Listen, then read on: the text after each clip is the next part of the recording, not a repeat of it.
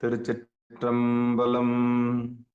தென்னாடுடைய சிவனே போற்றி, எந்நாட்டவர்க்கும் இறைவா போற்றி, ஏகம்பத்துரையந்தாய் போற்றி, பாகம் பெண்ணொரு ஆனாய் போற்றி, அண்ணாமலையும் அண்ணா போற்றி, கண்ணார் அமுதக் கடலே போற்றி, காவாய் கனகத்திரளே போற்றி, கையிலை மலையானே போற்றி போற்றி. நமச்சிவாய வாழ்க, நாதன் தாள் வாழ்க. அன்பர்களுக்கு ஆன்ம வணக்கம். நீங்கள் கேட்டுக்கொண்டிருப்பதும் பார்த்து கொண்டிருப்பதும் சிகாரம் சைவநெறி பாடசாலை என்கிற டெலிகிராம் சேனல் மூலம் ஒவ்வொரு நாளும் அதிகாலை 5:20 மணிக்கு திருநெறிய தமிழோசை என்கிற தலைப்பின் கீழே 12 திருமுறை பாராயணம் செய்து வருகிறோம். அந்த வகையிலே சிவபெருமானுடைய பெரும் கருணையினாலே திருமூல நாயனார் இயற்றிய திருமந்திரம் என்கிற நூலினை ஒரு நாளைக்கு ஒரு பாடல் என்கிற வரிசையிலே சிந்தித்து வருகிறோம். நம்முடைய நிகழ்ச்சிக்கு வருகை தந்துள்ள அத்துணை அடியார் பெருமக்களையும் வருக வருக என்று வரவேற்று, அவர்களுடைய பொற்பாதங்களை மனமொழி மெய்களாலே வணங்கி, வருக வருக என்று வரவேற்று அவருடைய பொற்பாதங்களை மனமொழி மெய்களாலே வணங்கி நிகழ்ச்சிக்குள் இனிதே நுழைவோம். நுழைவதற்கு முன்பதாக 12 திருமுறைகள் ஆசிரியர்கள் துதி, திருக்கதவும் அடைதல், திருக்கதவும் திறத்தல், திருப்பள்ளி எழுச்சி போன்ற பாடல்கள் எல்லாம் பாடி நிகழ்ச்சியை துவங்குவதே ஒரு வழக்கமாக வைத்திருக்கிறோம்.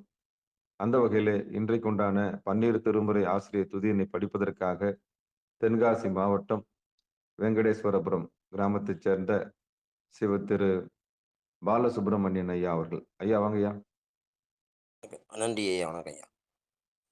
பூழியர்கோன் வெப்புளித்த புகழியர்கோன் கல் போற்றி, ஆளிமிசை கல்மிதப்பில் அணைந்த பிரானடி போற்றி, வாழி திரு நாவல வந்தண்ட பதம் போற்றி, ஊழிமணி திருவாத ஊரான் திருத்தாள் போற்றி போற்றி, திருமாளிகை தேவர் திருவடி போற்றி, சேந்தனா செம்பதுமர் சேவடி போற்றி, கருவூர் தேவர் கடல் இணையடி போற்றி, பூந்துருத்தி நம்பிகாட நம்பிகள் போற்றி, கண்டராதித்தர் கடலடி போற்றி, வேணாட்டடிகள் விரைகள் போற்றி, திருவாலி அமுதனார் திருவடி போற்றி, புருஷோத்தர் நம்பி பூங்கலல் போற்றி, சேதிராயர் அடிகள் சீரடி போற்றி, திருமுகுலநாயனார் திருத்தாள் போற்றி, திருவாலவாயுடையார் நிழல்தாள் போற்றி, காரைக்கால் அம்மையார் பூ அடிகள் போற்றி, ஐயடிகள் காடவர்கோன் அருங்கலல் போற்றி, சேரமான் பெருமான் சேவடி போற்றி, நக்கீர தேவர் நல்தாள் போற்றி, கல்லாட தேவர் கடலடி போற்றி, கபிலர் தேவநாயனார் கடல் இணை போற்றி, பான தேவநாயனார் பொற்றாள் போற்றி, இளம்பெருமான் அடிகள் இணைத்தாள் போற்றி, அதிராவடிகள் அருங்கலல் போற்றி, பட்டினத்து பிள்ளையார் மலர்த்தாள் போற்றி, நம்பியாண்டார் நம்பி நல்தாள் போற்றி, செல்வமலி குன்றத்தூர் சேக்கலார் திருவடிகள் போற்றி போற்றி. திருச்சிற்றம்பலம். நன்றி ஐயா. அருமை அருமை. சிவபெருமான் சிவசிவா. திருச்சிற்றம்பலம் தில்லையம்பலம். அடுத்து நம்முடைய நிகழ்ச்சியில் திருக்கதவும் அடைதல் பாடுவதற்காக காஞ்சிபுரம் மாவட்டம் காஞ்சிபுரத்தில் வசிக்கக்கூடிய சிவ திருமதி தனலட்சுமி அம்மையார் அவர்கள். வாங்கம்மா. திருச்சிற்றம்பலம். அருட்பெருகு தனி கடலும் உலகுக்கெல்லாம் அன்பு செறி கடலுமாம் எனவும் ஓங்கும் பொருட்சமய முதற் செய்வ நெறிதான் பெற்ற புண்ணிய கண்ணிரண்டனவும் புவனம் உய்ய இருட்கடவு உண்டவர் அருளும் உலகம் எல்லாம் ஈன்றாள் தன் திருவருளும் எனவும் கூடி திருக்களை ஞான கன்றும் அரசும் சென்று செஞ்சடை வானவர் கோயில் சேர்ந்தாரன்றே செஞ்சடை வானவர் கோயில் சேர்ந்தாரன்றே. நன்றிங்க ஐயா. திருச்சிற்றம்பலம். அருமை அருமை. அடுத்து நம்முடைய நிகழ்ச்சியில் திருக்கதவும் திறத்தல் பாடுவதற்காக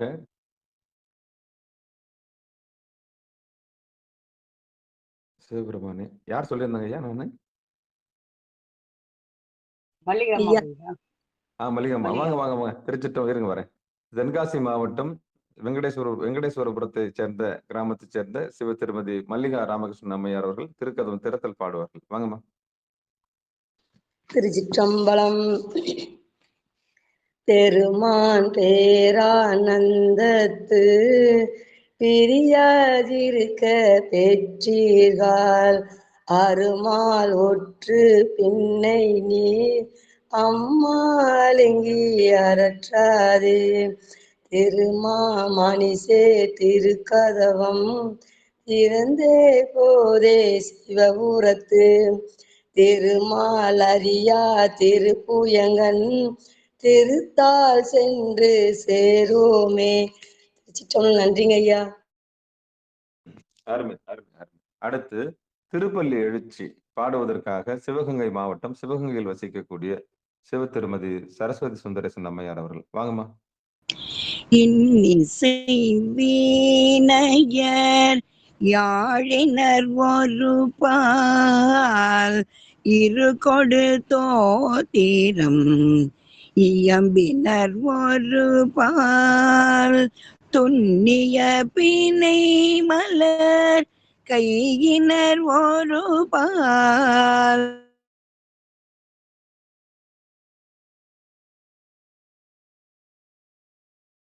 அம்மா பாடுறது கேட்கல. தொழுகைய சென்னியில் அஞ்சலி கூப்பினர் ஒரு பால் திருப்பெரும் தூரை ஊரை சிவபெருமான்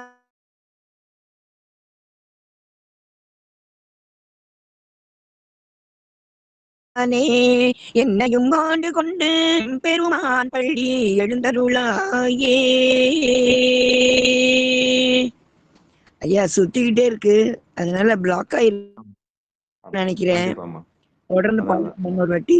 சரி சரி, பாடிட்டீங்க கொஞ்சம் விட்டு விட்டு அப்படியே நின்று தான் வந்தது. பரவாயில்ல, சரி விடுங்க. திருச்சிற்றம்பலம். அடுத்து பெரும்புலர் காலை மூழ்கி பாடுவதற்காக ஐயா கணபதி ஐயா, காஞ்சிபுரத்திலிருந்து கணபதி ஐயா வாங்க. திருச்சிற்றம்பலம். அடியார்களுக்கு நன்றி. வாழ்க. திருச்சிற்றம்பலம். பெரும்புலர் காலை மூழ்கி பித்தக்கு பக்தராகே அரும்பொழு மலர்கள் கொண்டாங்கு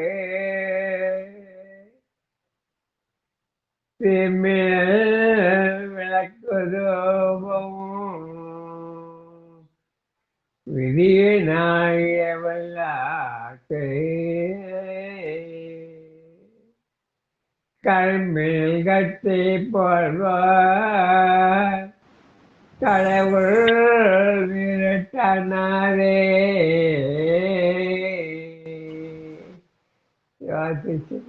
நன்றி, வணக்கம்.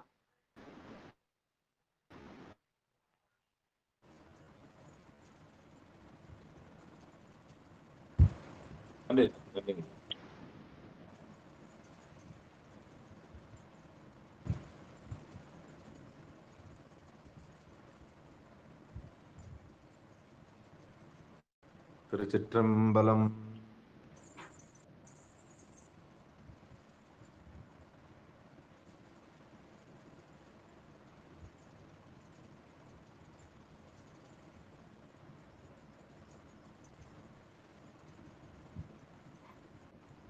தென்னாடுடைய சிவனே போற்றி, எந்நாட்டவர்க்கும் இறைவா போற்றி, ஏகம்பத்துரை எந்தாய் போற்றி, பாகம் பெண்ணொரு ஆனாய் போற்றி, அண்ணாமலையும் அண்ணா போற்றி, கண்ணாரமுதக் கடலே போற்றி, காவாய் கனகத்திரளே போற்றி, கைலை மலையானே போற்றி போற்றி. அன்பர்களுக்கு ஆன்ம வணக்கம். சிவபெருமானுடைய பெரும் கருணையினாலே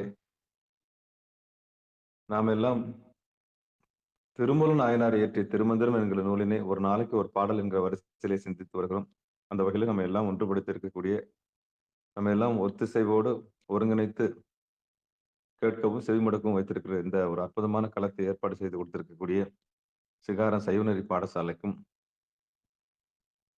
நம்ம எல்லாம் ஒன்றிணைத்திருக்கக்கூடிய இந்த சிவபெருமானுடைய பெரும் கருணைக்கும் திருவுருளுக்கும் பிறந்து மொழி பயின்று நமக்கு உலகத்தை சுட்டி காண்பித்து காரிய குருவாகவும், பிறகு காரண குருவாகவும், பிறகு சிவகுருவாகவும் வந்து எம்பெருமான் திருவடியாக இருக்கக்கூடிய ஊனுடம்பு ஆலயம் என்று நமக்கு அறிவித்து, நம்மையே நமக்கு அறிமுகம் செய்து வைத்து, நீ அதுவாகவே இருக்கிறாய் என்று பெரிய உண்மையை நமக்கு சொல்லி, குரு நடுவிலே திருவடியை காண்பித்து கொடுத்து, நம்மை ஆசுவாசப்படுத்தி, சாஸ்வதமான பொருளை நமக்கு சுட்டி காண்பித்து, நம்மையும் ஒரு பொருளாக்கி நாய் சிவிகை ஏற்றுவித்த என்பது போல, குருவருளினாலே திருவருளை பெறக்கூடிய வாய்ப்பளித்த அந்த குருவருளுக்கு நம்முடைய உடல், பொருள், ஆவி அத்தனையும் சமர்ப்பித்து இந்த நிகழ்ச்சிக்குள் இனிதே நுழைவோம். குருவருள் இல்லைன்னா திருவருள் இல்லை. ஒரு கணம் கூட தவறக்கூடாது அவர் வாழ்த்துறது. ஏன்னா நமக்கு அறிவு யாரால் பெறப்படுகிறதோ, நம்முடைய அறியாமை யாரால் நீங்குகிறதோ, அவரை ஒருபோதும் நாம் மறக்கக்கூடாது. அவருடைய அறிவுக்கண்ணை யார் திறக்கிறார்களோ அவர்களை ஒருபோதும் மறக்கக்கூடாது. இருக்கிற தானங்கள்லயே ஞானதானம் தான் உயர்ந்த தானம்.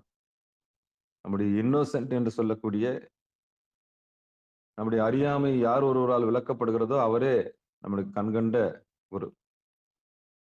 அவர் காரிய குருவாகவும் அல்லாமல், காரண குருவாகவும் அல்லாமல், நம்ம வெளிச்சத்தை நோக்கி அழைத்து செல்லக்கூடிய அற்புதமான ஒரு வழிகாட்டியாக, எந்தவித எதிர்பார்ப்பும் இல்லாமல் இருக்கக்கூடிய அந்த அற்புதமான ஒரு மானுட சட்டு தாங்கிய அந்த உயிருக்கு நாம் கட்டுப்பட்டு இருக்க வேண்டியது கடமையாகும்.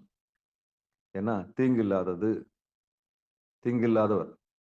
ஒரு குருநாதர் எப்படி இருப்பாருன்னா தீங்கில்லாதவர், தாயுமானவரா இருப்பார். குருநாதர் எப்படி இருப்பாருன்னா தாயுமானவரா, எந்த ரோல் வேணாலும் எடுப்பார் அவர். ஆமா, சாக்கடையில இருக்கலாம், சாக்கடை சித்தர்னு கூட பேர் வாங்கலாம், எப்படி வேணாலும் பேர் வாங்கட்டும். ஆனா ஒரு ஓங்காரத்தை உணர்ந்தவர் எப்படி இருப்பாரோ அப்படிதான் இருப்பார் ஒரு குருநாதர். ஒரு குருநாதரனுடைய அடையாளம் என்னன்னா, ஒரு ஓங்காரம் அவர்கிட்ட இருக்கும், ஒரு ரிதம் இருக்கும், ஒரு சுருதி இருக்கும். ஒரு நல்ல குருநாதர் எப்படி அடையாளம் கண்டுபிடிக்கலாம்னா, நீங்க கிட்ட போனீங்கன்னா ஓங்காரம் இருக்கும். அது வாழும் காலத்துல கடைசியா இந்த மகா பெரியவர்கிட்ட இருந்ததுன்னு சொல்லுவாங்க. அவர் போற இடங்கள்லாம் தொலங்கி போச்சு. அவர் தொட்ட இடங்கள்லாம் பெரிய பெரிய கோயிலாச்சு. அது என்னன்னா காரணம் என்னன்னா, அதுலயே மூழ்கிறது. அதனாலதான் அவர் இன்னைக்கும் பாராட்டப்படுறார். அந்த மாதிரி எந்த ஒரு மகான் வந்து பார்க்கும்போதே அந்த ஓங்கார சுரூபமா இருக்கிறாங்களோ, அவங்க எல்லாம் வாழும் காலங்கள்ல சமாதி நிலையில அற்புதமா நிலை அடைவாங்க. அதனாலதான் நம்ம எல்லாம் ஓங்கார பொருளா மாறணும். ஓங்காரத்தின் உட்பொருளை அறிவித்து, குருநாதர் நமக்கு என்ன அறிவிப்பார்னா ஓங்காரத்தை தான் முதல்ல அறிவிப்பார். நம்ம அவர் பார்த்த மரத்துல நமக்கு என்ன கிடைக்கும்னா ஓங்காரம் தான் கிடைக்கும். அப்போ ஓங்காரம் வந்துச்சுனாலே ஆணவம் கண்மம் மாயி கொஞ்சம் ஆட்டம் கண்டுடும். கொஞ்சம் கொஞ்சமா அவர்கிட்ட பழக நம்மளும் என்ன பண்ணிக்கலாம், அந்த அந்த அந்த முப்புறத்தை எரிச்சு உன்னதமான நிலையை அடையலாம். அப்போ ஒரு நல்ல குருநாதருக்கு அடையாளம் எப்படி இருப்பாங்கன்னா, எதிர்பார்ப்பு இல்லாம இருப்பாங்க, தாயுமானவரா இருப்பாங்க, ஓங்காரமா இருப்பாங்க. வேற எதுவும் ஆமா, அவங்க சாப்பிட்டது மிச்சமோ இல்ல ஏதோ ஒண்ணு அவங்க கூட இருப்போ, அவங்க நம்ம கூட இருந்ததுன்னா அது பெரிய பாக்கியம். அவ்வளவுதான். நேத்து கூட ஒரு ஸ்டேட்டஸ் ஒண்ணு வச்சிருந்தேன். குருவினுடைய தொடர்பு வாழ்க்கையில பெரிய மாற்றத்தை ஏற்படுத்தும். அப்படி அஞ்ஞானத்தை நீக்கக்கூடியவங்களுடைய தொடர்பு இருக்கு இல்லையா, அறியாமை நீக்கக்கூடிய தொடர்பு, அவங்க வந்து நம்ம விடக்கூடாது. குறிப்பறிவாரை எவ்வளவு விலை கொடுத்தாலும் வாங்கிக்க சொல்லுது திருக்குறள். இந்த குறிப்பறிந்து பேசக்கூடியவன் என்ன பண்ணக்கூடாது, விடக்கூடாது. குறிப்பறிவாரை நம்ம விடக்கூடாது. அந்த மாதிரி திருவருள் கருணையினால அப்படிப்பட்ட குருநாதர் நம்மளுக்கு கிடைச்சாங்கன்னா நமக்கு வாழ்க்கையே பெரிய பொக்கிஷமா. குரு பார்க்க கோடி நன்மை, குரு பார்த்தா கோடி நன்மை. அப்படிப்பட்ட குருநாதர் நம்மளுக்கு எல்லாருக்கும் வாய்க்கணும்னு சொல்லி அந்த குருவர்களுக்கு நம்ம இப்படியெல்லாம் சேர்த்து கொண்டு வந்திருக்கிற அந்த குருவர்களுக்கு நம்ம நன்றி செலுத்திப்போம். திருச்சிற்றம்பலம், தில்லையம்பலம். ஏன்னா குருவுடைய புகழை பாடாம நிகழ்ச்சி தொடங்கக்கூடாதுன்றது நான் முடிவு எடுத்துட்டேன். காரணம் என்னன்னா, நம்முடைய அறியாமை அவர் எவ்வளவு கஷ்டப்பட்டு நீக்கியிருப்பாங்க. ஆனா நம்ம ஆணவம் திருப்பி அவங்க கிட்ட மோதம் போய் நம்ம வினைகள்லாம் அவங்க சுமப்பாங்க, அது எரிப்பாங்க. நாம நினைச்சிருவோம் அவர்கிட்ட போனோம்னு நமக்கு எல்லாம் போயிருச்சுன்னு நினைப்போம். ஆனா உண்மையிலேயே அவர் வினையை மொத்தம் அவர் வாங்கிக்குவார். அவர் என்ன பண்ணுவார் தெரியுமா, இறைவன்கிட்ட சொல்லி எரிச்சிருவார். எப்படி ஒரு டாக்டர் கிட்ட போனா உடம்பு சரியாயிடும் நம்ம நம்புறோமோ, அது மாதிரி ஒரு குருநாதரை பார்த்த உடனே நம்முடைய வினையெல்லாம் போயிடுச்சுன்னு நம்ம நம்புறோம். ஆனா அந்த வினையெல்லாம் அவர் வாங்கிக்கிறார், அவர் வாங்கி எரிக்கிறார். எப்படி இருக்குன்னா இறைவன்கிட்ட சொல்லி எரிச்சிடுறார், அவ்வளவுதான். ஏன்னா அவருக்கும் தெரியும் நாம ஒரு கருவிதான். அதனால எந்த ஒரு குருநாதரும் தன்னை தம்பட்டம் அடிக்க மாட்டாங்க. எல்லாருக்கும் இருக்கிற மாதிரி மலமூத்திரம் இருக்கத்தான் செய்யும். எல்லாருக்கும் இருக்கிற மாதிரி வலி வேதனை அவருக்கும் இருக்கத்தான் செய்யும். ஆனா மற்றவங்களுடைய வேதனைகளையும் துக்கங்களையும் துயரங்களையும் அவர் வாங்கி வினைகளையும் வாங்கி என்ன பண்ணுவார்னா உபதேசம் கொடுக்கும்போது எரிச்சிருவார். உன்னையும் என்னையும் எது காப்பாத்துதோ அந்த வினையை எரிச்சிரும்னு சொல்லிட்டு ஒப்படைச்சிருவார். அதனால ஒரு நல்ல குருநாதருக்கு அடையாளம் அன்பு, இரக்கம், கருணை எல்லாம் இருக்கும். மறைஞ்சுக்குவாங்க, வெளிப்படுத்த மாட்டாங்க. ஞானம் அடைஞ்சது கூட வெளியே என்ன பண்ண மாட்டாங்க, சொல்ல மாட்டாங்க. அவங்களை கண்டுபிடிக்கிறது உண்மத்தர்களாக இருப்பார்கள். அவங்களை கண்டுபிடிக்கிறது ரொம்ப சிரமம். முடிஞ்சா உணவு இல்லை வஸ்திரம் வாங்கி கொடுத்து நம்ம அவரை காப்பாற்றிக்க வேண்டியதான். திருச்சிற்றம்பலம், தில்லையம்பலம் அப்படின்னு சொல்லி உண்மையான குருவுக்கான லட்சணங்கள் இன்னும் நிறைய இருக்கு. ஆமா, அதை நம்ம உள்ள போய் அப்புறம் பார்க்கலாம். வருங்காலங்களில் திருமந்திரத்திலே குருக்கான லட்சணங்கள்லாம் நம்ம பார்க்க போறோம். அப்போ இன்னைக்கு நம்ம என்ன பார்க்க போறோம்னா, நம்முடைய நிகழ்ச்சியினுடைய கதாநாயகனாக இருக்கக்கூடிய திருமந்திரத்தினுடைய ஆசிரியராக இருக்கக்கூடிய திருமூல நாயனாருடைய பொற்பாதங்களை மனமொழி மெய்களாலை வணங்கி, அவருக்கு உபதேசம் கொடுத்த நந்தியம்பெருமானுடைய திருவடிகளை மனமொழி மெய்களாலை வணங்கி, அவருக்கு உபதேசம் இந்த அம்மையப்பர் திருவடிகளை மனமொழி மெய்களாலை வணங்கி நிகழ்ச்சிக்குள் இனிதே நுழைவோம். திருமந்திரத்தில் 3ஆம் தந்திரத்தில் 18வது தலைப்பில் இருக்கக்கூடிய கேசரி யோகம் என்கிற தலைப்பை நாம் பார்க்க இருக்கின்றோம். திருச்சிற்றம்பலம், தில்லையம்பலம். கேசரி யோகம். கேசரினா சிம்மம், யோகம்னா இறைவனோடு இரண்டரை கலத்தல், அவ்வளவுதான். இறைவனோடு இரண்டு. யோகம்னா என்னன்னா ஒன்று சேருதல், அறியாமை நீங்கி அறிவை நாம் சேருதல், அவ்வளவுதான். அதுக்கு பேர் யோகம்னு பேரு. அப்போ இந்த ஜீவாத்மா ஆணவம் கண்மம் மாயையில மூழ்கி இருக்கக்கூடிய ஆன்மா தன் தலைவனாகிய பதியை அடைவதற்கு பேர் யோகம்னு பேரு. அப்ப இந்த ஆணவம் கண்மம் மாயையில மாட்டிக்கொண்டிருக்க இந்த பசு தன் தலைவனாகிய பதியை அடைவதற்கு என்ன பேருன்னா யோகம்னு பேரு. அந்த யோகத்துல சிறந்த யோகம் சாம்பவி முத்திரை. அந்த சாம்பவி முத்திரையினுடைய மறுபக்கமாக சொல்லப்படுது தான் இந்த கேசரி யோகம். இந்த கேசரி யோகம் என்னன்னா ஆற்றலை ஒரு இடத்தில் குவித்தல். ஆற்றலுக்கு பேர் சிம்மம். அதான் அம்மனுக்கு வந்து எனர்ஜி அப்படின்னு சொல்லுவாங்க. எனர்ஜினா energy equal to m c square எல்லாம் பேசுறாங்க இல்லையா? இந்த உலகத்தை நடத்துவது ஆற்றல். ஆற்றல் இல்லையேல் எதுவுமே இல்லை. எல்லாமே ஆற்றல் தான். எல்லாமே ஆற்றல் தான். இன்னைக்கு காலையில 11 மணிக்கு ஒரு செடி வைக்கணும்னு நினைக்கிறது ஒரு ஆற்றல் தான். ஆனா எழுந்து போய் அந்த செடி எடுத்துட்டு வந்து பதப்படுத்தி பல்ல நோண்டி அதை வைக்கணும்னா எனர்ஜி வேணும். Without energy we can't do anything. ஆக நினைத்தல் அப்படின்னா அத சித்தம் சிவபெருமானுக்குரியது. அதை செயல்படுத்துவது பராசக்திக்குரியது. ஒரு சித்தம் ஒண்ணு வருது. இன்னைக்கு 11 மணிக்கு நம்ம ஒரு செடியை நடணும். இந்த செடியை நட்டுட்டோம்னா ஒரு பயனுள்ளதா இருக்கும்னு நினைக்கிறது வந்து சித்தம், சிவபெருமான் உத்தரவு, எண்ணம். ஆக மீதி இருக்கிறது எல்லாமே ஆற்றல் தான். சித்தம் உள்ள வந்துருச்சு. மனம், சித்தம், புத்தி, அகங்காரம். சரிங்களா? அப்போ இடந்து அது நாளும் வந்து செயல்பட்டா தான் ஒரு செயலை செய்ய முடியும். அப்போ ஒரு காரியம் மாற்றுவதற்கு எனர்ஜி வேணும். எனர்ஜி இல்லாம முடியாது. அதான் சக்தி. அப்போ அந்த 11 மணிக்கு வைக்கணும்னா எண்ணம் உள்ள வந்துருச்சு. அதை செயல்படுத்துறதுக்கு என்ன வேணும்னா சக்தி வேணும். சக்தி இல்லாமல் சிவம் இல்லை. சிவம் இல்லாமல் சக்தி இல்லை. இதான் தாத்பரியம். அப்படி உபதேசத்தினுடைய பரம்பரையாக நம்ம உபதேசம் வாங்கி கடைசியில திருமூல நாயனார் மூலியமா நம்ம இந்த உபதேசம் பெற்றிருக்கிறோம். இந்த கேசரின்றது ஆற்றல். இந்த ஆற்றலினுடைய இருப்பிடம் தான் புருவ நடு. அந்த எனர்ஜியை மடைமாற்றம் செய்யாமல் கொண்டு வந்து புருவ நடுவிலே சேர்ப்பதற்கு பேரு கேசரி யோகம். என்ன யோகம்? கேசரி யோகம்னு பேரு. மொத்த எனர்ஜியும் தேவையில்லாத இடங்கள்ல செலவு பண்ணிட்டே இருப்போம். அந்த தேவையில்லாத இடங்கள்ல இருந்து மீட்டெடுத்து கொண்டு வந்து புருவ நடுவில் நிறுத்தத்துக்கு பேரு கேசரி யோகம். சுருக்கமா சொல்ல போனா நிலையில்லாத பொருள்கள் மேல ஆசை வச்சு நம்ம நேரத்தையும் காலத்தையும் வீணடிச்சு நம்முடைய எனர்ஜியை வீணாக்காம நிலையானது எதுன்னு தெரிஞ்சு நம்மளை படைச்சவன்கிட்டே நம்முடைய தலையை ஒப்படைக்கிறது தான் கேசரி யோகம். சரிங்க ஐயா, அப்படி ஒப்படைக்கிறதுனால நமக்கு என்ன லாபம்? ஏன்னா லாபம் கருதி தான் அந்த மனம் இயங்கும். நான் அங்க வரேன், எனக்கு என்ன லாபம்? எந்த ஒரு காரியத்தை தொட்டாலும் நம்ம மனம் கேட்கிற முதல் கேள்வி என்ன? நான் வரேன், ஆனா எனக்கு என்ன லாபம்? நான் போனா எனக்கு என்ன லாபம்? இது மனம் செய்கிற கூத்து என்னன்னா, எதை செஞ்சாலும் பலனை எதிர்பார்க்கும். நான் வரேன், எனக்கு என்ன லாபம்? நிகழ்ச்சிக்கு வரேன், எனக்கு என்ன லாபம்? அப்போ காரண காரியத்தோட தான் அந்த மனம் இயங்கும். சும்மா ஒண்ணும் வராது. சோழியும் குடுமியும் சும்மா ஆடாது. ஒரு காரண காரியத்துக்கு தான் உள்ள வரும். ஒரு காரண காரியம் தான் நம்மகிட்ட பேசும். நான் வரேன், எனக்கு என்ன லாபம்? சரிங்கய்யா, நான் தவத்துல உட்காரேன், எனக்கு என்ன லாபம்? அப்ப இந்த லாபம் கருதி தான் அந்த மனம் என்ன பண்ணும்? ஒரு காரியத்துல இறங்கும்.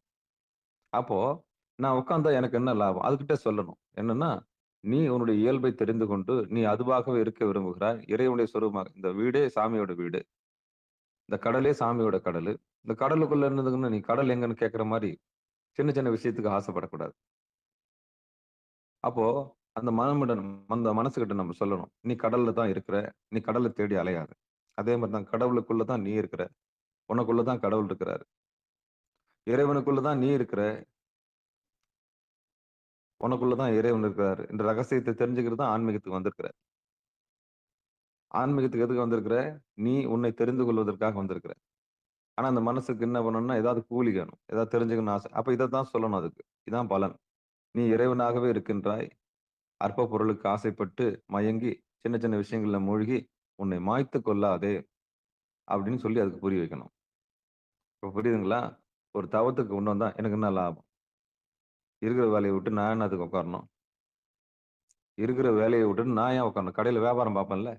அப்போ எல்லாவற்றுக்கும் கணக்கு போடக்கூடியது தான் அந்த மனம். ஒரு கணக்கு போட்டுரும். ஆமா. அங்க போயிருந்தா நேரம் இன்னைக்கு ஃபுல்லா நாள் கூலி போய் சம்பாரிச்சிருக்கணும். இவ்வளவு கூலி போச்சு. அப்ப கணக்கு பார்க்கும். அப்ப இதையெல்லாம் மீறி, இந்த எதிர்பார்ப்புகள் எல்லாம் மீறி, ஆற்றலை கொண்டு வந்து இங்க நிரப்பி ஆற்றலை கொண்டு வந்து நிரப்பி, இந்த உள்ளங்கையில இருக்க தேனை நக்கி சாப்பிடுறதுக்கு தான் இவ்வளவு கூத்தம். ஆனா, அதிலிருந்து வழிஞ்சு வந்து முழங்கால் வரையிலும் வழிஞ்சு கீழ வந்துட்ட அந்த சொட்டுக்காக கீழ போயிட்டாங்க. நக்க போற இந்த மனசு தான் எதிர்பார்க்கிற மனசு.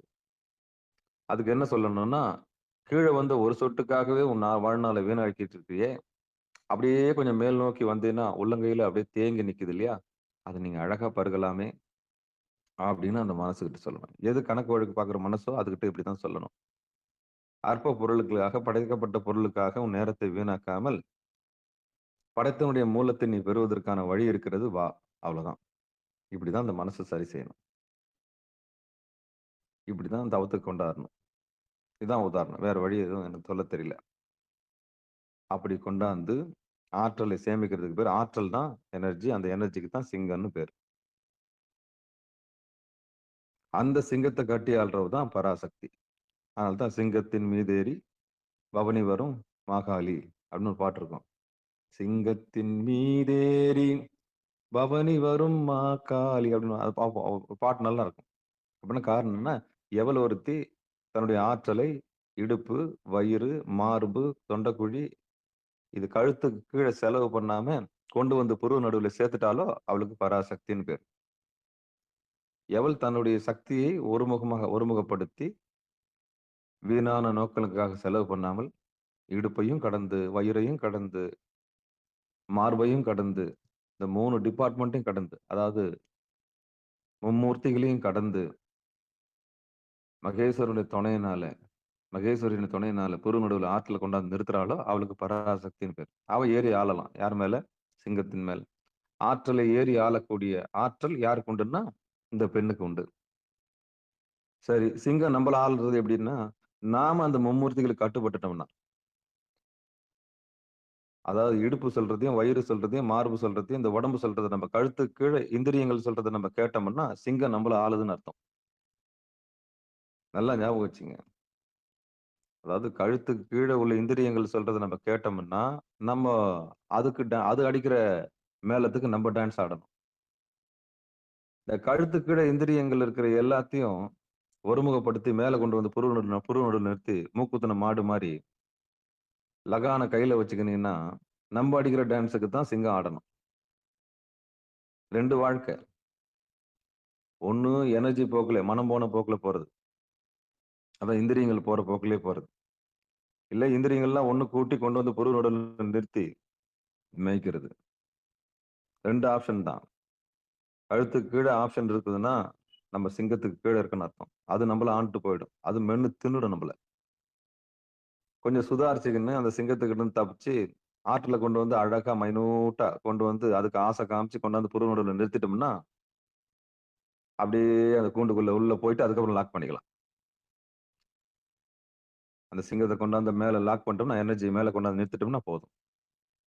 அப்படி நிறுத்திட்டோம்னா அவங்க தான் துர்கை, அவங்க தான் பராசக்தி. எனர்ஜியை கொண்டு வந்து புரு நடுவில் நிறுத்தின பெண்ணுக்கு என்ன பேரு?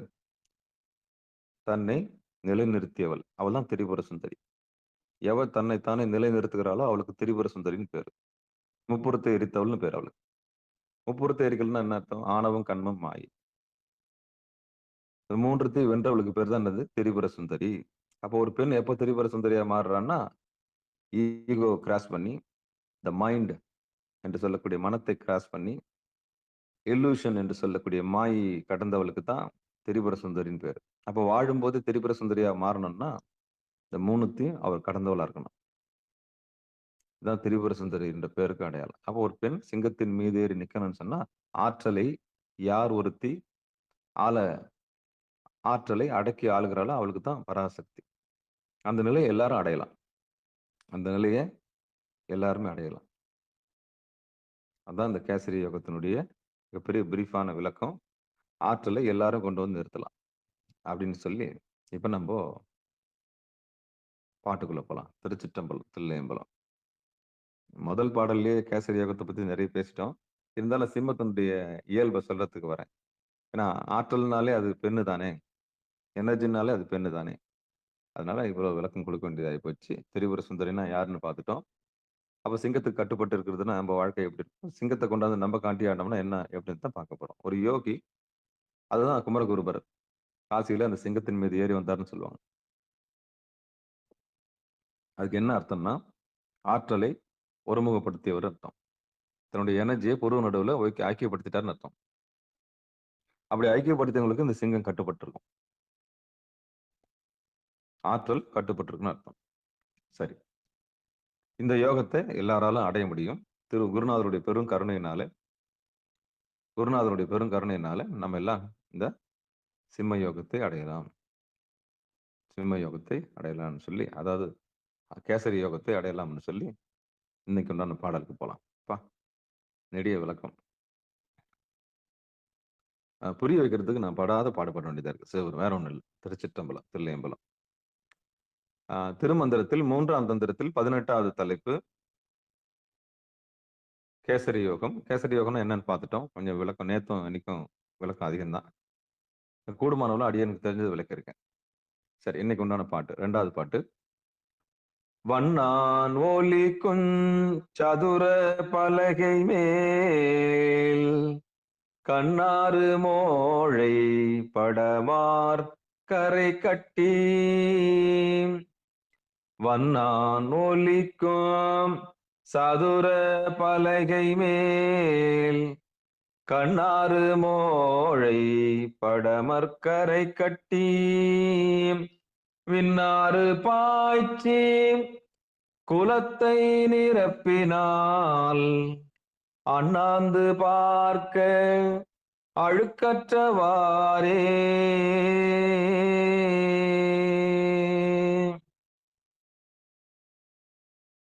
வண்ணான் ஒலிக்கும் சதுர பலகை மேல் கண்ணாறு மோழை படாமல் கரை கட்டி விண்ணாறு பாய்ச்சி குலத்தை நிரப்பினால் அண்ணாந்து பார்க்க அழுக்கற்றவாறே.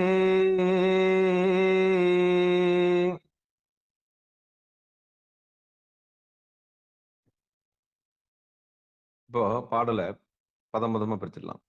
வண்ணான் ஒலிக்கும் சதுர பலகை மேல் கண்ணாறு மோழை படாமல் கரை கட்டி விண்ணாறு பாய்ச்சி குலத்தை திருப்பினால் அண்ணாந்து பார்க்க அழுக்கற்றவாறே.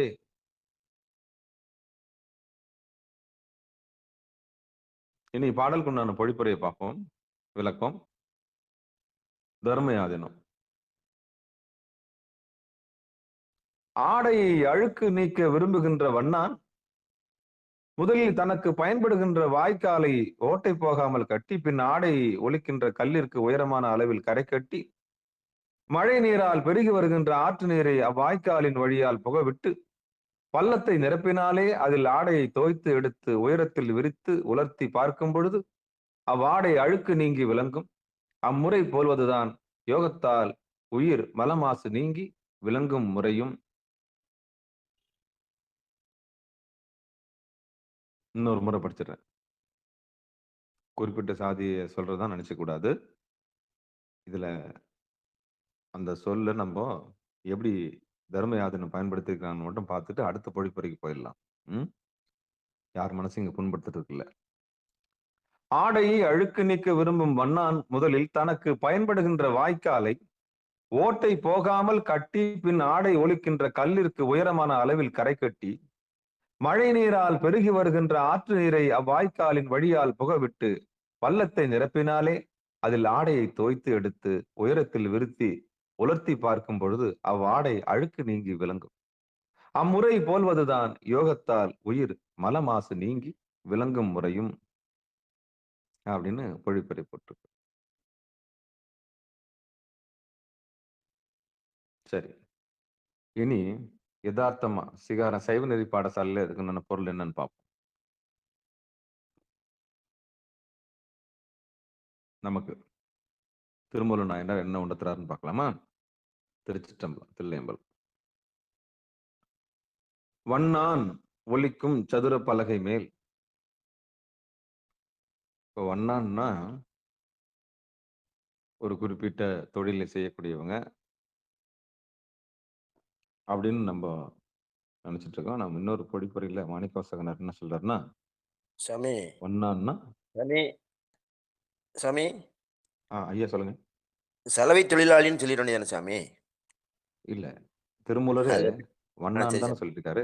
அதை அப்படியே விளக்கிடுவோம். சரி சாமி, ரெண்டு சாமி அப்படியே விளக்கு. யார் மனசு புண்படுத்த கூடாதுன்னு தான் பாக்குறேன். சரி சாமி. அதாவது அதாவது துணியை வெளுக்கக்கூடியவங்களுக்கு வண்ணான்னு பேரு. தவறான சொல் இல்லை, அது தவறாம புரிஞ்சுக்க கூடாது. இருக்கிறது அப்படியே தான் சொல்லணும். தமிழ்ல அதை சலவை தொழிலாளின்னு சொல்றாங்க. சரி சாமி, சரி சாமி, சரி. நம்ம விரித்து மனம் நோகாம சொல்றதுக்கு வேற ஒண்ணும் இல்லை. சரி சாமி. அப்போ இதுல வண்ணான்ற சொல்லுக்கு பிராணன் அப்படின்னு அர்த்தம். இத அழகா மாணிக்க வாசகனார் ஒரு குறிப்பிட்டு யாரையும் சொல்லாம எப்படி இத பொழிப்புரையில வச்சிருக்காருன்றத நம்ம அதைப்படி பார்ப்போம். ஏன்னா நமக்கு இப்போ யதார்த்தமா துணி துவைக்கிறத பத்தி துணியை கரை கட்டி தண்ணியை தேக்கி அதை உலர்த்தி அதை துவைச்சி மேல அழுக்கு இல்லாம ஆக்குறது தான் ஒரு நல்ல தொழிலாளி, சலவை தொழிலாளிக்கு அழுக்கு நீக்கிற வேலை. அது போல மனமாசம் நீக்கிறதுன்னு சொல்லிட்டு இந்த பாடல் சொல்லிடுச்சு. அதுக்கான பொழிப்புரையும் கொடுத்துட்டாங்க. ஆனா வண்ணான்னா என்னன்னு கொஞ்சம் தெரிஞ்சுக்கணும் இல்லையா? துணி வெளுக்கிறவங்க மட்டும் இல்ல, வண்ணான்னா பிராணன் அர்த்தம். பிராணன் அர்த்தம். அந்த பிராணனை ஒலிக்கும் சதுர பலகை மேல் கண்ணாறு மோழை படாமல் கரை கட்டி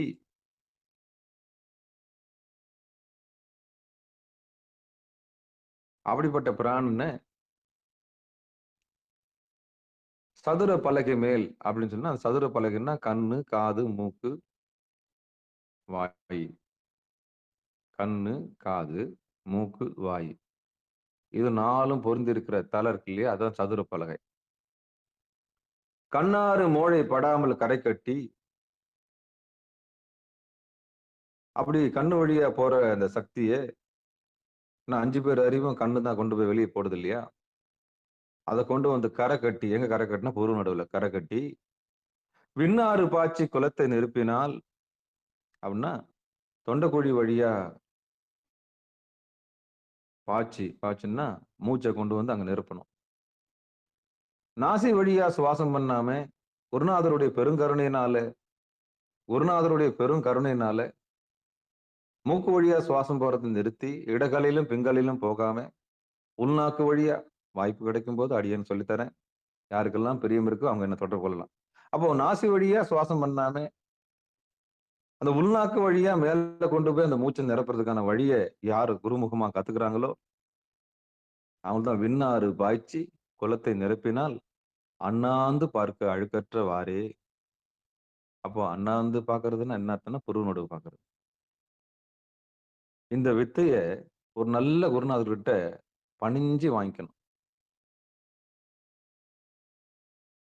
இந்த வித்தைய எப்படி வாங்கிக்கணும்? பணிஞ்சு வாங்கிக்கணும். அப்ப வண்ணான்னா பிராணன். பிராணன் ஒலிக்கும் சதுர பலகை மேல் அப்படின்னா அந்த முகம், கழுத்துக்கு மேல இருக்கிற கண்ணு, காது, மூக்கு, வாயி. இந்த சதுர பலகை அப்படின்னா தலையை குறிக்கக்கூடியது, கபாலத்தை குறிக்கக்கூடியது. கண்ணாறு மோழை படாமல் கரை கட்டி அந்த கண்ணு வழியா வீணா அந்த ஆறு வழிஞ்சு ஓடாம சக்தி எனர்ஜி போகாம உருவ நடுவில் யார் ஒருவர் நிறுத்துகிறாங்களோ அப்படி நிறுத்தி விண்ணாறு பாய்ச்சி குலத்தை நிரப்பினால் அந்த விண்ணாறுன்றது மூச்சு, அதுல இருந்து விடக்கூடியது அமுதம். அந்த உள்நாக்கு வழியா சுவாசத்தை மேல செலுத்தி கபாலத்துல மேல நிறுத்தி அற்புதமா ஆடாம அசையாம தேன் ஓடுகிற மாதிரி லயிச்சு ஆனந்தமா இருக்கிறாங்க இல்லையா? அந்த விண்ணாறு பாய்ச்சி குலத்தை நிரப்பினால் அண்ணாந்து பார்க்க அழுக்கற்றவாறே நம்ம பாவம்லாம் நாசமாகும். புண்ணியமெல்லாம் அங்க நம்ம தவத்துல என்ன பண்ண கொண்டு வந்து சிவபெருமானுடைய திருவடியில் சேர்த்தோம். அதான் சிக்கன பிடித்தேன் எங்கெழுந்து அருளுவது இனியே. அம்மையே அப்பா ஒப்பிலாமணியே அன்பினில் விளைந்தார் அமுதே பொய்மையே பெருக்கி பொழுதினை சுருக்கும் பொழுத்தலை புலையனின் தனக்கு செம்மையே ஆயே சிவபதம் அளித்த செல்வமே சிவபெருமானே இம்மையே உன்னை சிக்கென பிடித்தேன் எங்கெழுந்தருளுவதினியே.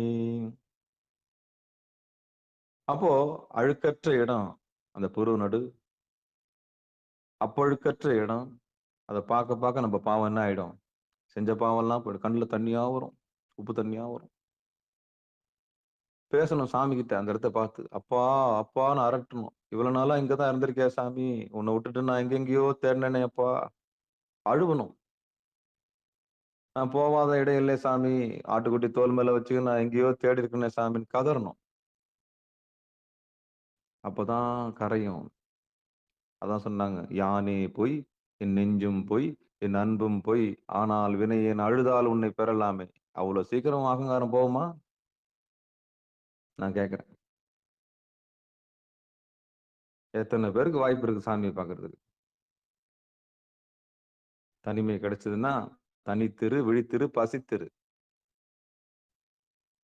சாப்பிட்டோமா, வீட்டு கதவு சாத்தனமா, கப்புச்சிப்புன்னு வீட்டுல உட்காந்து அடங்கி இருக்கணும்ல, அது போலதான் தவமும். வாய்ப்பு கிடைக்குதா, பூஜை பண்ணி முடிச்சிட்டியா, பூஜை பண்ணி முடிச்ச உடனே கையை ஒரு காலம் மேல தூக்கி போட்டியா, முதுகெலும்பு நேரா வச்சா, கையை ரெண்டும் கோத்துக்கினியா, சாமியோட திருவடி அப்படின்லாம் ஒத்துப்பாரு.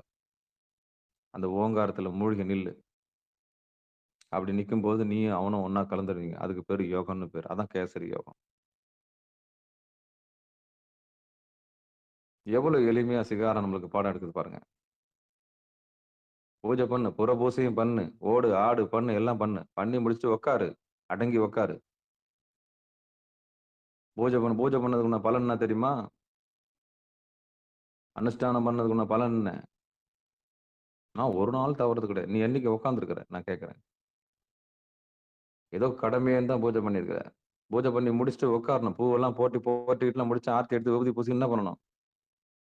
உட்கார்ந்தா தான் தவத்தினுடைய பலனை நம்ம அனுபவிக்க முடியும். நாம சோம்பேறித்தனமா மாறிடக்கூடாது. நம்ம வாழ்வியல அடுத்த தலைமுறைக்கு சொல்லணுன்றதுக்காக தான் புறப்பூசையை வச்சாங்க. ஏன் ஞானிகள்லாம் உள்ள இருக்குன்னு சொல்லிட்டு டக்குன்னு போயிருக்கலாமே, போல. எல்லாம் உள்ள இருக்குன்னு சொல்லிட்டா யாருமே அந்த உலக இயக்கத்தை பத்தி தெரியாம போயிடும். அடுத்த தலைமுறைக்கு எப்படி வழிபாடு செய்யணும்னு தெரியாம போயிடும். அதுக்காக தான் புறப்பூசையை வச்சாங்க. உள்ள இருக்கிறது தான் வெளியே கொண்டாந்து அடையாளமா வச்சாங்க. புறப்பூசைன்னு ஒண்ணு வைக்கலாம், சோம்பேறித்தனம் வந்துடும். சாமிக்கு எழுந்துக்கணுமே, பூ பறிக்கணுமே, சாமி தண்ணி ஊத்தணுமே, சாமியை குளிப்பாட்டணுமே, சாமிக்கு வந்து அபிஷேகம் பண்ணணுமே, திருமஞ்சனம் பண்ணணுமேன்ற எண்ணம் ஏன் வரணும்னா சோம்பேறித்தனம் இல்லாம இருக்குதான். என் போன்ற சோம்பேறிகளுக்கு புறப்பூசை அவசியம். என் போன்ற போலிகள்ன்றால அது மாதிரிதான் நானும் தான் அடியணும். அப்ப காலையில எழுந்துக்கிறேன்னா சாமிக்கு பூ பறிக்கணுமேன்ற பயம் என்ன பண்ணும்? உள்ளதான் இருக்காரு எல்லாமே. நம்மளுக்கு தான் ஈஸ்வரன் இருக்கிறார். இருந்தாலும் புறத்தை அவருக்கு செய்ய வேண்டிய தொண்டு நம்ம செய்யணும். அப்பதான் அகத்தை நமக்கு என்ன பண்ணுவாரு? அந்த தவத்தை கூட்டி வைப்பார். அப்போ கேசரி யோகம்ன்றது என்னன்னா, இந்த பாட்டு என்ன சொல்லுதுன்னா, "வண்ண அனுவலிக்கும் சதுர பலகை மேல்" அப்படின்னா, இந்த கண்ணு, காது, மூக்கு, வாய் இந்த சதுர பலகையில இருக்குது. அத கொண்டாந்து என்ன பண்ணணும்? அத கொண்டாந்து புருவ நடுவுல கரை கட்டணும். கரை கட்டி விண்ணாறு பாய்ச்சின்னா, சுவாசத்த அங்க நிறுத்தணும். மனம் ஒடுங்குச்சுன்னா சுவாசம் ஒடுங்கிடும். அப்படி ஒடுங்கும்போது, ஒரு அமுது சுரக்குதுன்னு தான் சொல்றாங்க. அது வேண்டாம் நமக்கு. அது அனுபவப்பட்ட பிறகு தான் பேசணும். அப்படி கரை கட்டி நின்னோம்னா, அண்ணாந்து பார்க்கணும். அழுக்கில்லாத ஒரு இடம் இருக்கு. அதுதான் புருவ நடு. இதுதான் அந்த பாட்டுக்கு அர்த்தம்னு சொல்லிட்டு, மாணிக்கவாசகனார் ஒரு பக்கம் சொல்லப்பட்டிருக்கு. அப்ப ஒரு பாடலுக்கு என்னென்ன அர்த்தம் பாருங்க. இப்போ ஒரு குறிப்பிட்ட சாதிய சொல்றத இப்ப ஐயா ரொம்ப வருத்தப்பட்டு சலவை தொழிலாளி அப்படின்னார். சொல்லு அதுக்காக வருத்தப்பட வேண்டாம். சூரியன சூரியன் தான் சொல்லணும். சூரியன போய் சந்திரன் சொல்ல முடியாதுல்ல. தவறு இல்ல. அதனால ஒரு தொழில் செய்றவர்களே அப்படி சொல்வது ஒரு தவறு இல்லை. இன்விகுதி அப்படி வர்றதுனால அது ஒண்ணும் கேவலமான சொல்லும் இல்ல. அப்ப வண்ணான் அப்படின்னு சொன்னா, பிராணன் அப்படி நம்ம எடுத்துக்கணும். சரி, அவர் வழக்கப்படி இப்போ ஐயா இப்போ தர்மயாதனத்துல போட்ட மாரி, ஒரு தலைமை தொழிலை செய்யக்கூடிய ஒருவர் ஒலிக்கும் சதுர பலகை மேல் சதுர பலகைன்னா, அந்த துணி துவைக்கிற கல்லுன்னு வச்சுக்கங்க. கண்ணாறு மோழை படாமல் கரை கட்டி, அதுல அந்த கல்லு முழுகாம பாத்துக்கின்னு, விண்ணாறு பாய்ச்சி குளத்தை நிரப்பி, மழை பெஞ்சு விண்ணாறுன்னா மழை தண்ணிய கொண்டாந்து அதுல நிரப்பி, அண்ணாந்து பாருக்கு அழுக்கற்றவாறு. அப்படின்னா, அந்த தண்ணிய பயன்படுத்தி துணிய துவச்சு, வெளுத்து காய போட்டோம்னா, அழுக்கு இல்லாத ஒரு துணி இருக்கிறதுவா தர்மயாதனம் சொல்லுது. ஆனா, இந்த பாடலுக்கு ஆத்மார்த்தமான ஞான விளக்கம் கொடுக்கப்பட்டது தான், இப்ப மாணிக்கவாசகனார் மூலியமா நம்ம சிந்திச்சது. இது இப்படியும் எடுத்துக்கலாம், இப்படியும் எடுத்துக்கலாம். அப்போ ஒரு துணி துவைக்கிற வண்ணான் என்று சொல்லக்கூடிய சலவை தொழிலாளி, எப்படி சதுர பலகை மூழ்காம, அந்த கல்லு துணி துவைக்கிற கல்லு மூழ்காம, ஒரு கரைய ஒண்ணு கட்டி, மழை தண்ணிய வீணாக்காம, அதுல தண்ணிய தேக்கி, அதுல துணிய துவச்சு, அழுக்கில்லாத மாரி அண்ணாந்து பார்த்து பார்க்குறாங்களோ, அழுக்கு இல்லாம துணி செய்றாரோ, அது மாரி நம்முடைய ஆணவம், கன்மம், மாயை என்ற மாசுகளை நீக்கி, அழுக்கில்லாத ஒரு ஒரு வஸ்திரம் போல நம்முடைய தேகத்தையும், மனசையும், உயிரையும் சுத்தப்படுத்தி வச்சுக்கணுன்றது தான் அந்த பாட்டு. இந்த தர்மயாதனன் சொன்ன பாட்டு. ஆனா, அதுக்கான யோக விளக்கத்த நம்ம பார்த்துட்டோம் இப்போ. எப்படி பார்த்தோம்? வண்ணான்றது பிராணன்னு பார்த்தோம். அது ஒரு பெயர் சொல்லாக எடுத்துக்கொள்ளாமல், அது ஒரு பிராணன் என்ற மாற்று பெயர் சொல்லாக எடுத்துக்கொண்டு, அப்படி பார்க்கும்போது, பிராணன் கணக்கு வச்சுக்கலாம். பிராணன்னா மூச்சு. அப்போ இந்த சதுர பலகையில மூச்சு தானே. நம்ம உடம்புக்குள்ள வந்து போறது மூச்சு தானே. அததான் ஒரு அடிப்படையில சொல்லி 2வது பொழிப்புரையில பார்த்தோம். 2 விளக்கமும் நமக்கு தேவைதான். ஏன்னா ஒரு குறிப்பிட்ட சாதிய நம்ம மனசு புண்படுத்தவும் கூடாது. அது அவங்களுடைய தொழில். அவ்வளவுதான். அந்த வகையில தர்மயாதனும் அத விளக்கிட்டாங்க. அதுக்கான நம்ம விளக்கம் பார்த்துட்டோம்.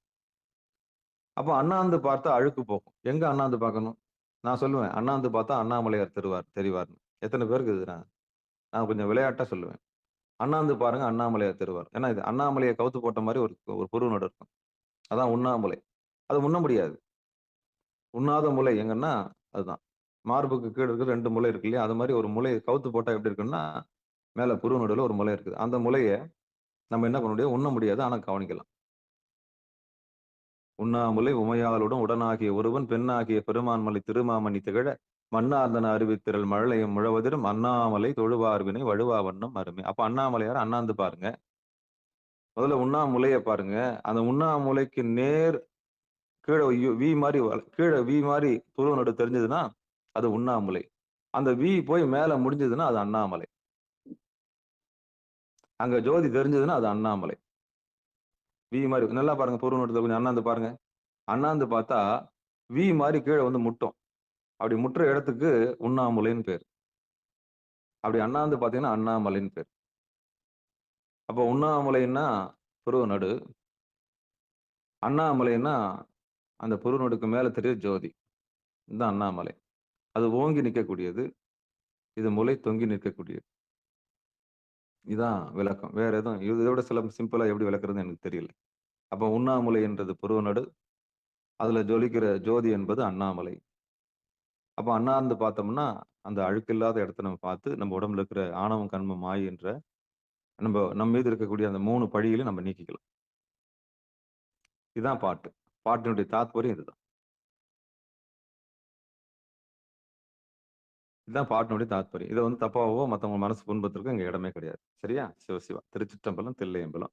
அப்போ கேசரி யோகத்துல 2வது பாடல் என்ன சொல்ல வருதுன்னா, ஆற்றலை கொண்டு வந்து புருவ நடுவுல நிறுத்ததுக்கான எல்லா முகாந்தரத்தையும் இங்க சொல்லப்பட்டிருக்கு.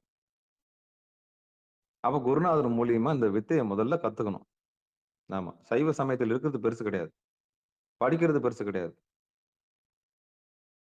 பட்டம் வாங்குறது பெருசு கிடையாது. உட்கார்ந்து பயிற்சி பண்றதுதான் பெரிய விஷயம். இதுதான் வந்து யாரும் வரமாட்டாங்க. பிராக்டிகலுக்கு யாரும் வரமாட்டாங்க. ஆமா. பக்தியினாலே எல்லாம் சாத்தியம் இல்லைன்னு சொல்லல. புத்தியினால முக்தியை பெறுவதற்கான வழியை நம்ம என்ன பண்ணணும்? சரியா புரிஞ்சுக்கணும். என்ன சூர சம்ஹாரம்னா என்னன்னு தெரியணும். எதை சம்ஹாரம் பண்றதுக்கு நம்ம தவத்துல உட்காரணும் பண்ணணும். முருகபெருமான் யாருன்னு தெரியணும். உலக இயற்கையில இந்த உலகம் புரிந்து கொள்வதற்காக செய்யப்பட்டதுதான் அத்தனை கோயில்களும். தான் அறிந்த ஒன்றை, தான் பெற்ற இன்பத்தை, அந்த மோன நிலையை உலகத்தார் பெற வேண்டும் என்பதற்காக செய்யப்பட்டதுதான் கோயில். எப்படியாவது நம்ம புரிஞ்சுக்க மாட்டோமான்றதுக்காகத்தான் வடிவமைச்சிட்டு போயிட்டாங்க கருங்கல்ல. ஏன்னா காலகாலத்துக்கு இருக்கும் கருங்கல் இல்ல. அதனால கருங்கல்ல தேர்வு செஞ்சாங்க. நம்மளுக்கு ஒரு கெட்ட பழக்கம் இருக்குன்னா சொன்னா செய்ய மாட்டோம் நம்ம. நமக்கு ஒரு கெட்ட பழக்கம்னா நீ சொல்லி நான் செய்யணுமா? எல்லாருக்குமே இது ஆணவத்தோட வெளிப்பாடு தான். ஆனா தேவைன்னு வந்தா நம்ம செஞ்சிடறோம்ல. அது மாதிரிதான். சொன்னா செய்ய மாட்டாங்க யாரும். புருவ நடுவுல உட்காருங்க, 24 நிமிஷம் உட்காருங்க, ஒரு நாளைக்கு உட்காருங்க அப்படின்னா யாரும் என்ன பண்ண மாட்டாங்க? உட்கார மாட்டாங்க. அப்ப நீ சொல்லி நான் செய்யணுமா அப்படின்ற எண்ணம் எல்லாருக்கும் ஈகோ அதனுடைய இயல்பு. ஆணவத்தோட இயல்பு என்னன்னா அடங்காது. ஒருபோதும் அடங்காது. அப்ப ஆடுற மாட்டை ஆடி கறக்கணும், பாடுற மாட்டை பாடி கறக்கணும். சாமி ஆட்டு வித்தால் யார் ஒருவர் ஆடாதாரு. அப்ப யார் யாருக்கு எப்ப புரியணுமோ அப்ப புரிய வைப்பார். வலுக்கட்டாயமா போய் திணிக்கவும் முடியாது. உட்காருங்க 24 நிமிஷம் உட்காருங்க, புருவ நடுவு பார்த்து உட்காருங்க, புருவ நடுவு பார்த்து நான் என்னத்துக்கு எனக்கு என்ன லாபம்? நீங்க உங்களுக்கு தெரிஞ்சு இன்பம் வருவதற்கு எனக்கு கொஞ்சம் யோசிச்சு பாருங்க. தன்னை தான் அறிந்து இன்பம் வருவதற்கு நான் படாத பாடுபட்டு நீங்க உட்காருங்கன்னு சொல்றேன். யாருக்காக சொல்றேன்றது கூட யோசிக்காம ஆமா இதனால எனக்கு என்ன லாபம்? லாபம் பாருங்க. லாபம் பார்த்தா முடியுமா? மனத்தினுடைய இயல்பு என்னது? நாங்க போனா எனக்கு என்ன கிடைக்கும்? இங்க வந்தா எனக்கு என்ன கிடைக்கும்? இதான் ஒரு மனசனுடைய இயல்பு. நான் அங்க வரேன் எனக்கு என்ன லாபம்? லாபம் கருதி இயங்குறது தான் மனம். இதான் வரும். இப்ப ஆரம்பிக்கும் போதே சொன்னேன் நான். இந்த மனசே காரண காரியத்துக்கு தான் இயங்குது. நான் வரேன் எனக்கு என்ன கிடைக்கும்? அததான் சொன்னேன் நான். இந்த மனசுக்கு ஏதாவது ஒண்ணு காமிச்சாதான் பச்சை புல்லு மாதிரி காமிச்சாதான் ஒரு இடத்துக்கு வரும். இல்லைன்னா வராது.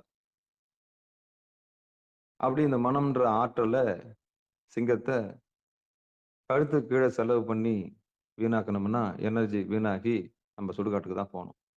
அந்த சிங்கத்தை நம்ம வந்து கடிவாளம் போட்டு கொண்டு வந்து புருவ நடுவுல நிறுத்தி ஆற்றலை மேல கொண்டாந்துட்டோம்னா நாம தான் ராணி அம்மன். ஆமா. அப்போ சிங்கம்ன்ற ஒரு எனர்ஜியை ஆற்றலை கொண்டு வந்து யார் இந்த புருவ நடுவுல நிறுத்துறாங்களோ அவங்க தான் வந்து மேலான நிலையை அடைய முடியும். எந்த மாற்று கருத்தும் கிடையாது. அதான் ஆரம்பத்திலே சொன்னேன். கேசரின்னா சிங்கம்.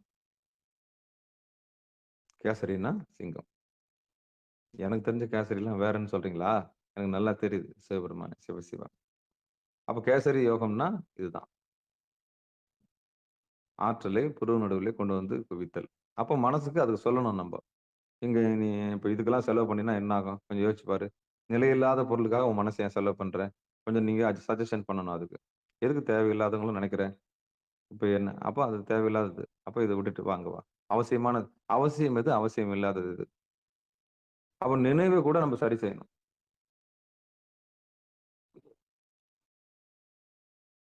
நினைவு கூட நம்ம சரி செய்யணும்.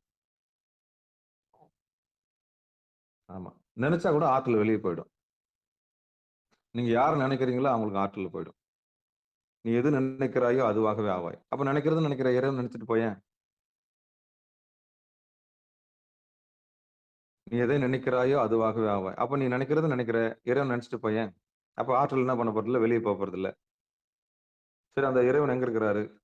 எந்த முகாந்திரம்? அப்ப குருநாதரை பிடிச்சிக்க. தெளிவு குருவின் திருமேனி காண்டல், தெளிவு குருவின் திருவார்த்தை கேட்டல், தெளிவு குருவின் திருநாமம் செப்பல், தெளிவு குருவின் திருவுரு சிந்தித்தல் தானே. அப்ப குரு முகாந்திரமா இறைவனை பிடிச்சிக்க. குருவருள் இல்லைன்னா திருவருள் இல்ல. ஏதாவது பிடிமானம் வேணும் இல்ல? ஏதாவது பிடிமானம் வேணும் இல்ல? பிடிமானம் இல்லாம எப்படி நம்ம இந்த கரையில இருந்து அந்த கரைக்கு தாவுறது? அதுக்குத்தான். அப்போ இந்த பாடல் ஏதோ குறிப்பிட்ட சாதியை சொல்றதா நினைக்கக்கூடாது. இந்த பாட்டை நான் திருப்பி ஒரு முறை பாடி திருச்சிற்றம்பலம், தில்லையம்பலம். வண்ணான் ஒலிக்கும் சதுர பலகை மேல் கண்ணாறு மோழை படமார்கரை கட்டி விண்ணாறு பாய்ச்சி குலத்தை நிரப்பினால் அண்ணாந்து பார்க்க அழுக்கற்றவாறே.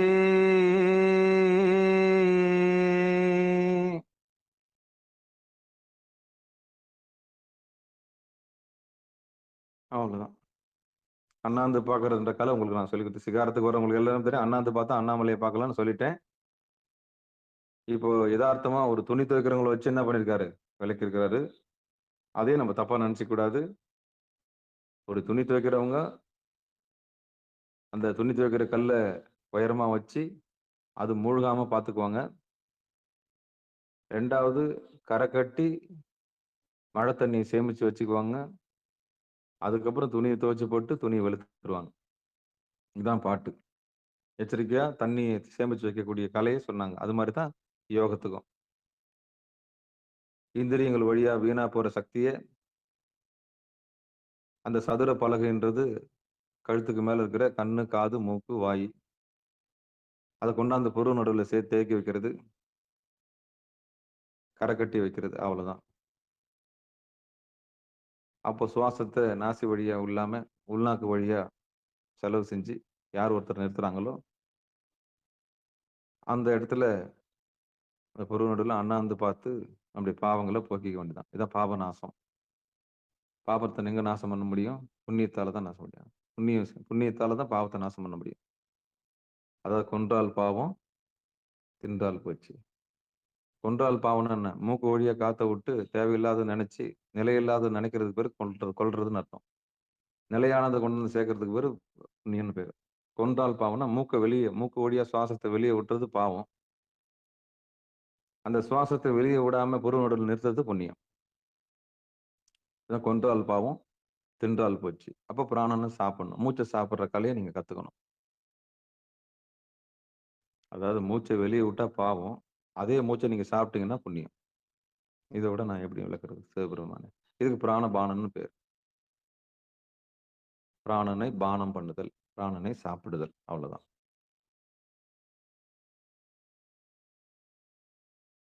அப்ப கொன்றால் பாவம், தின்றால் போச்சுன்றதுக்கு அர்த்தம் இதுதான்.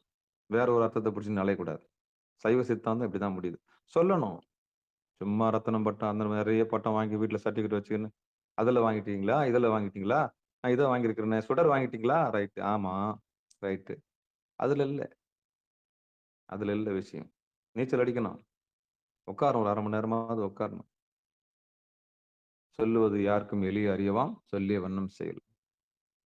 சித்தாந்தம், வேதாந்தம், சொற்பொழிவு, அப்படியே பூஜை புனஸ்காரங்க எல்லாம் நல்லா இருக்கும். எல்லாம் நல்லா இருக்கும். எத்தனை பேர் உட்காந்துருக்காங்க? எத்தனை பேர் அனுபவிச்சிருக்கிறாங்க அப்படின்னு கேள்வி வருது இல்ல? இப்ப அனுபவஸ்தர்களுக்கும் அதாவது ஞானம் பெற்றவர்களுக்கும் ஞான அனுபூதி பெற்றவர்களுக்கும் வித்தியாசம் இருக்கு. பேசலாம், ஒரு டாபிக் எடுத்து 2.5 மணி நேரம் சொற்பொழி கூட ஆற்றலாம். நீ அனுபவிச்சிருக்கியான்னு ஒரு வார்த்தை கேட்டா அவர் அவள் தான் ஆப்சென்ட் ஆயிடுவாரு. அதான் ஞானம் பெறுதல் சுலபம், ஞானத்தை பத்தி சொற்பொழி ஆற்றுறது சுலபம். ஆனா ஞான அனுபவத்துக்கும் ஞானத்துக்கும் ரொம்ப தூரம். ஞானத்துக்கும் ஞான அனுபவத்துக்கும் ரொம்ப தூரம். அப்ப சொற்பொழி ஆற்றவங்க எல்லாம் அடைஞ்சிருப்பாங்களா அப்படின்னா ரொம்ப சந்தேகம். அதெல்லாம் எச்சரிக்கை. நாங்கெல்லாம் பயப்படுறது எதுக்கு? ஒருத்தர் ஒரு கேள்வி கேட்டக்கூடாது. நீ உனக்கு தெரியுமா அப்படின்னு கேட்டா சொல்ல தெரியணும். இல்ல உட்கார்றதுக்காக தெரியணும். தவத்திலேயே உட்கார்றதுக்காக தெரியணும். அதனால தான் நாங்க பயப்படுறது. எப்பொருள் யார் யார் வாய் கேட்பின் அப்பொருள் மெய்ப்பொருள் காண்பது அறிவு. அப்ப சொற்பொழிவு ஆற்ற போறோம்னு சொன்னா, ஒரு மேடையில 4 பேர் இருக்க சபையில நம்ம பேசுறோம்னு சொன்னா, சொல் வேறு, செயல் வேறு இருக்கக்கூடாது. சொல்றது தான் செய்யணும், செய்யறது தான் சொல்லணும். என்ன பேசுறோமோ அத நம்ம சொல்லணும். என்ன பேசுறோமோ அத நம்ம செய்யணும். எத செய்யறோமோ அத நம்ம சொல்லணும். அப்படி இருக்கிறவங்க பேசுனாங்கன்னா, சத்தியம் போய் ஊருக்கு போய் சேரும். ஆனா இன்னைக்கு அப்படி இல்ல. அத நம்ம வெளிப்படையா பார்க்கலாம்.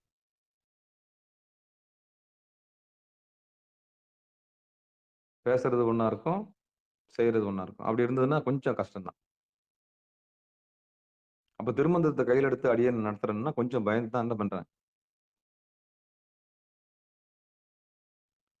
பயந்து பயந்து தான் எடுக்கிறேன். பயந்துன்னா, அ சபையோர்களுக்கு, சான்றோர்களுக்கு கொஞ்சம் அஞ்சி தான் என்ன பண்ணணும். ஏன்னா ஒரு சொல் நம்ம சொல்றோம்னு சொன்னா, தைரியமா அத செஞ்சு காமிக்கிறதுக்கும் தயாரா இருக்கணும். இல்லன்னா திருமந்திரத்த தொடக்கூடாது. திருமந்திரத்த தொடக்கூடாது. நமக்கும் அதுக்கும் ரொம்ப தூரம் விட்டு எட்ட போயின்னே இருக்கணும். அப்ப இவ்வளவு பெரிய நூல் நம்ம கையில எடுத்து பண்றோம்னா, சாமியோட பெருங்கருணையினாலே, ஏதோ நமக்கு இந்த அதான் நாய் நம்மையும் ஓர் பொருளாக்கி நாய் சிவிகை ஏற்றுவித்து அத நாய் குளிப்பாட்டி ஒரு பல்லாக்குல கொண்டு போய் நம்மள நாய் என்ன பண்றது? சாமி நம்மள பல்லக்குல கொண்டு போய் திருமந்திரம் வாசிக்க வைக்கிறார். கொஞ்சம் சிரிப்பா தான் இருக்குது. திருச்சிற்றம்பலம் அப்படின்னு சொல்லி, இந்த பாட்டுக்கு பொருள் என்னன்னா நம்ம பார்த்துட்டோம். ஆத்மார்த்தமா தர்ம யாதனத்தின் மூலியமா பார்த்தோம். அது தொழில் அடிப்படையில வந்தது. எதார்த்தமா மாணிக்கவாசகர் மாணிக்கவாசகனார் இயற்றிய அந்த திருமந்திரம் திருமூல உரையிலிருந்து அதிலயும் எடுத்து சொல்லிட்டேன். நம்ம சைவநெறி பாடசாலையில இத எப்படி எடுத்துக்கணும்ன்றதையும் நம்ம பார்த்துடலாம். அதுதான் ஒண்ணுமே இல்ல. ஆற்றல்ன்ற சிங்கத்த கழுத்துக்கு கீழ செலவு பண்ணீங்கன்னா, அது நம்மள ஆளும். அவ்வளவுதான். அது போற போக்குல நம்ம போ வேண்டியிருக்கும். அதே ஆற்றல்ன்ற சிங்கத்த கொண்டு வந்து புருவ நடுவுல நிறுத்தி உங்க கண்ட்ரோல்ல கொண்டாந்துட்டீங்கன்னா, அந்த சிங்கத்து மேல நம்ம ஏறி உட்காந்துக்கலாம். எப்படி உத்தேசம்? அவ்வளவுதான். இதுக்கு மேல எப்படி விளக்க முடியும்?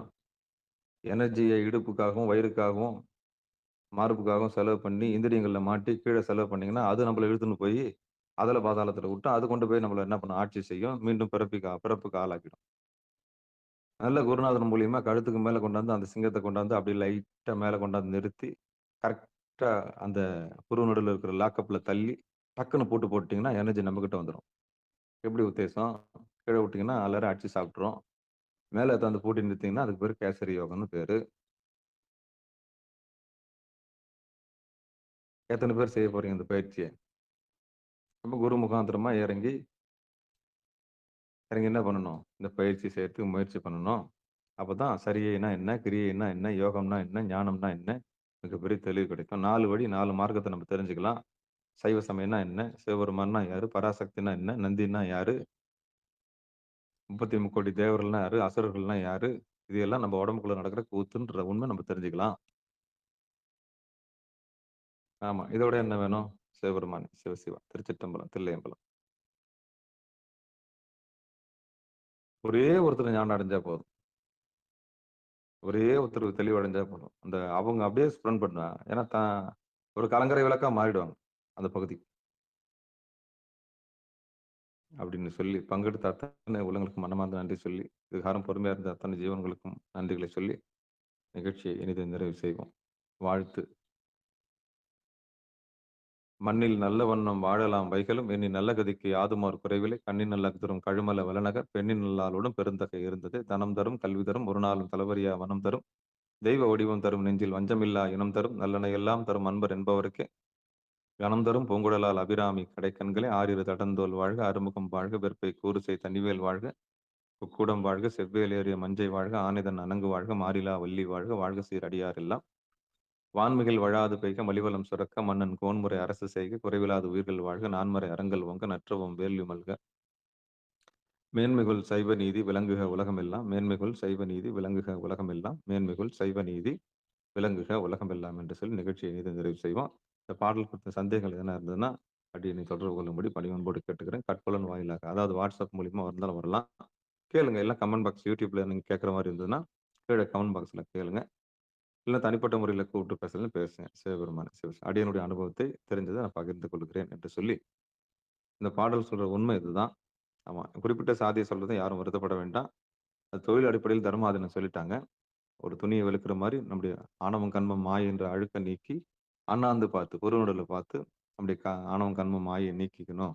நம்மள நாமளே துவச்சுக்கணும். நம்முடைய அழுக்க நமக்கு வந்த பழியும், பாவத்தையும் நம்ம என்ன பண்ணணும்? தொடச்சு எடுக்கிறதுக்கான வழிய மார்க்கத்துல சொல்லப்பட்டிருக்கு. அப்ப சிங்கம்னா என்ன? யோகம்னா என்ன? ஆற்றல்னா என்ன? அதை எப்படி கொண்டு வந்து மேல நிறுத்தணுன்றதெல்லாம் சொல்லியிருக்கிறேன். கூடுமானவரைக்கும் வாழ்க்கையில நம்ம 2 பேரும் எல்லாம் ஒண்ணா சந்திக்கும்போது ஒரு வாய்ப்பு கிடைக்குதுன்னா, அடியேன் உங்களுக்கு அந்த மறைமுகமா அந்த ரகசியத்தை ஊட்டி, ஒரு குத்து விளக்கு வச்சு உங்களுக்கு உபதேசம் குடுத்து விட்டுர்றேன். சரியா? திருச்சிற்றம்பலம். இறைவனே சாட்சியா, தீபத்தையே சாட்சியா வச்சு, உங்களுக்கு அந்த புருவ நடுவ தொட்டு காண்பிக்கக்கூடிய வாய்ப்பு கிடைச்சதுன்னா, நிச்சயம் நான் தொட்டு காண்பிக்கிறேன் என்று சொல்லி, பங்கெடுத்த அத்தனை உள்ளங்களுக்கும் மீண்டும் ஒரு நன்றி சொல்லி நிகழ்ச்சியை இனிதே நிறைவு செய்வோம். நன்றிங்க. அனைவருக்கும் வணக்கம். அன்பர்களுக்கு ஆன்ம வணக்கம். நீங்கள் கேட்டுக்கொண்டிருப்பதும், பார்த்துக் கொண்டிருப்பதும் சிகாரம் சைவநெறி பாடசாலை என்கிற டெலிகிராம் சேனல் மூலம் ஒவ்வொரு நாளும் அதிகாலை 5:20 மணிக்கு திருநெறிய தமிழோசை என்கிற தலைப்பின் கீழே 12 திருமுறை பாராயணம் செய்து வருகிறோம். அந்த வகையில் சிவபெருமானுடைய பெரும் கருணையினாலே திருமூல நாயனார் இயற்றிய திருமந்திரம் என்கிற நூலிலிருந்து ஒரு நாளைக்கு ஒரு பாடல் என்கிற வரிசையில சிந்தித்து வருகிறோம். நம்முடைய நிகழ்ச்சிக்கு வருகை தந்த அத்துணை அடியார் பெருமக்களுடைய பொன்னார் திருவடிகளையும் மனமொழி மேகலாலை வணங்கி மனமார்ந்த நன்றிகளையும் சொல்லி நிகழ்ச்சியை இனிதே நிறைவு செய்வோம். நற்றுணையாவது நமச்சிவாயவே. நமச்சிவாயவே ஞானமும் கல்வியும், நமச்சிவாயவே நான் அறிவு செய்யும், நமச்சிவாயவே நான் அவின்று ஏத்துமே, நமச்சிவாயவே நன்னெறி காட்டுமே என்று சொல்லி நிகழ்ச்சியை இனிதே நிறைவு செய்வோம். நன்றிங்க. அனைவருக்கும் வணக்கம். திருச்சிற்றம்பலம், தில்லையம்பலம்.